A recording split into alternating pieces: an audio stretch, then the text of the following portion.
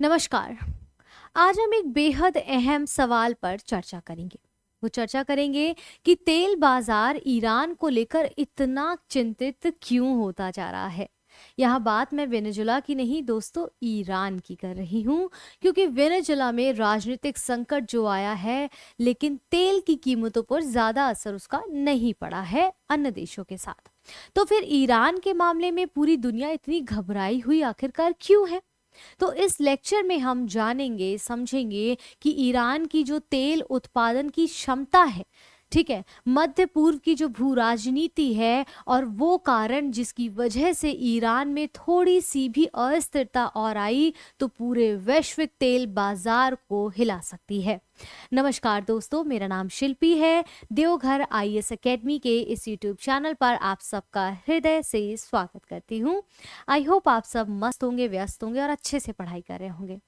तो चलिए शुरू करते हैं आज के अपने इस टॉपिक को, और आई होप आप सारे टॉपिक्स को निरंतर देख रहे होंगे हमारे साथ हमारे इस प्लेटफॉर्म पर। मंडे टू सैटरडे ये प्रोग्राम्स जो मेरे द्वारा पढ़ाया जाता है, जियो पॉलिटिकल के जो टॉपिक्स हैं वो सब देख रहे होंगे। समटाइम्स इट्स फ्लिप ऑफ टंग।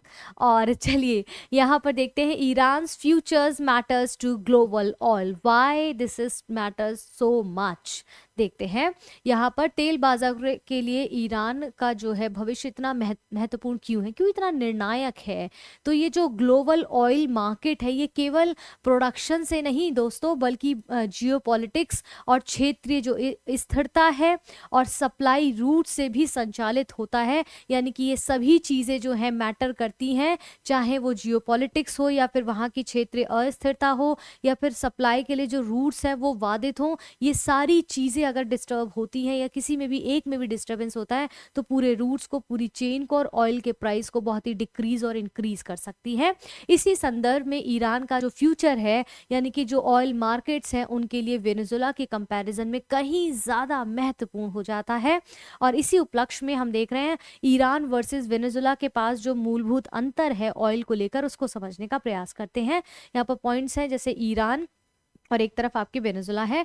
वैश्विक जो ग्लोबल तेल की जो कंजप्शन है, आपूर्ति का बहुत बड़ा हिस्सा कौन कवर करता है? ईरान करता है 4%, वेनेजुला करता है 1%। ठीक है, जो डेली निर्यात बेचता है ईरान कितना, 20 लाख बैरल, और वेनेजुला बेचता है 3.5 लाख बैरल ओनली। ठीक है, ओपीईसी में स्थिति क्या है? तो तीसरा सबसे बड़ा ये जो उत्पादक देश है ईरान, वहीं ये इसका सीमित प्रभाव वेनेजुला का है। वहीं क्षेत्रीय जोखिम अगर देखा जाए तो कौन ज़्यादा उठाता है? ईरान बहुत ज़्यादा उठाता है, जबकि इसका जो जोखिम है वो थोड़ा सीमित है वेनेजुला का। वेनेजुला जो है इंपॉर्टेंट है, मैं ये नहीं कह रही हूँ, तभी तो उनके राष्ट्रपति को उठाया गया है बिकॉज ऑफ ये ऑयल चीज़ों को लेकर डोनाल्ड ट्रंप के द्वारा। तो वो डोनाल्ड ट्रंप के फायदे की ज़्यादा वहाँ बात दिख रही, क्योंकि काफ़ी ज़्यादा ऑयल यहाँ पर वेनेजुला में जो है देखने को मिलता है। ठीक है, अब यहाँ ओपीईसी में ईरान की रणनीतिक भूमिका क्या है? तो ईरान क्या है, इसको सिंपल तरीके से हम समझेंगे कि ईरान क्या है, ओपीईसी का तीसरा बड़ा तेल प्रोडक्शन देश है। ठीक है, यहाँ बहुत ज़्यादा तेल उत्पादन होता है।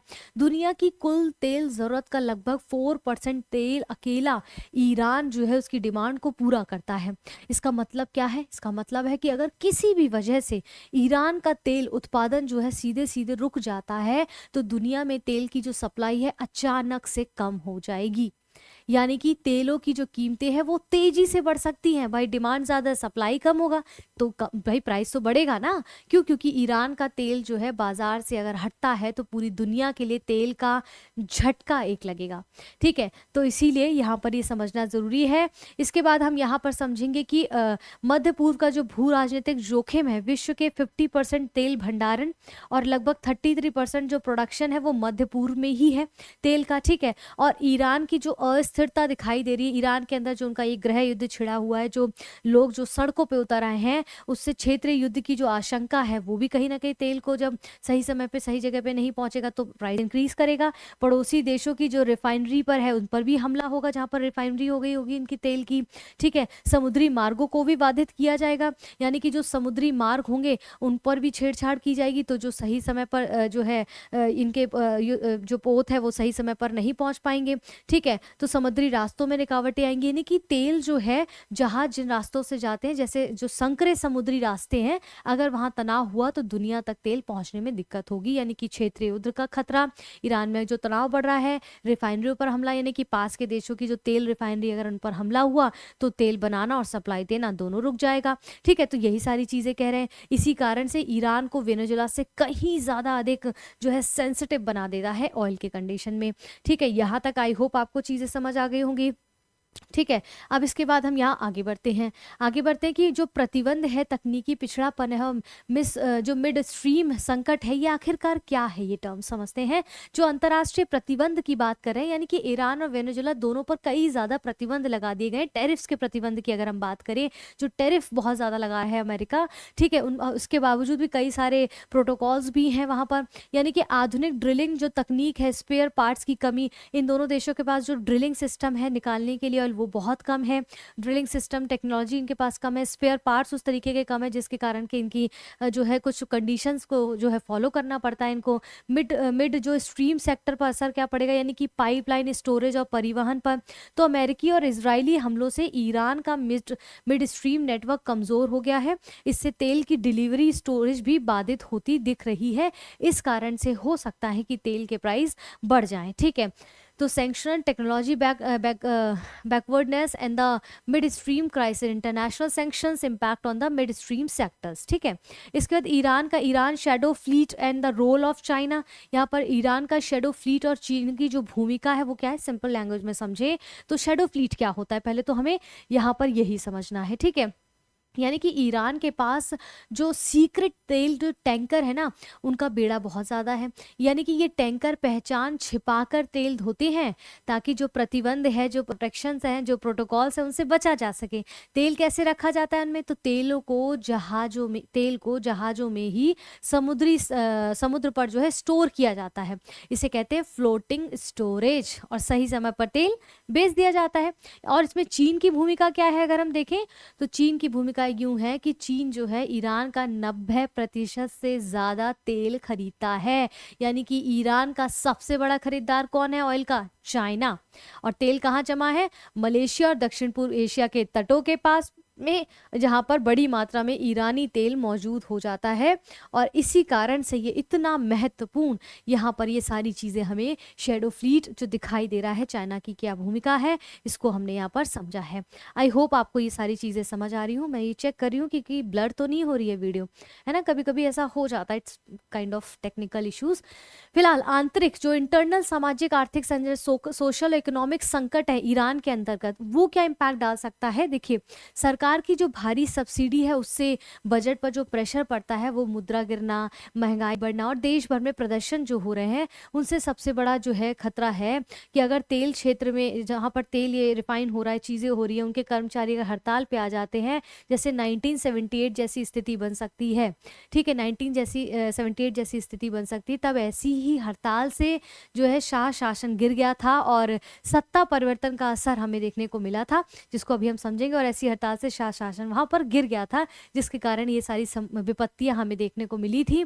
और यहाँ पर देखेंगे सत्ता परिवर्तन का जो क्षेत्रीय प्रभाव है, जैसे कि हमने देखा कि मौजूदा जो धार्मिक सत्ता प्रमुख हैं, जैसे अली कमेनी है, विपक्षी चेहरा रेजा पहलवी हैं, अगर इस्लामिक सरकार गिरती है दोस्तों, अगर इस्लामिक सरकार गिरती है तो पूरे मध्य पूर्व में जो शक्ति संतुलन है वो बदल सकता है, यानी कि निवेश और वित्तीय बाजार में भारी अस्थिरता भी हमें देखने को मिल सकती है। तो regional impact of a regime changes हमें देखने को मिल सकते हैं अगर ऐसा होता है। तो क्या तेल 120 लीटर प्रति बैरल, $120 प्रति बैरल तक जा सकता है?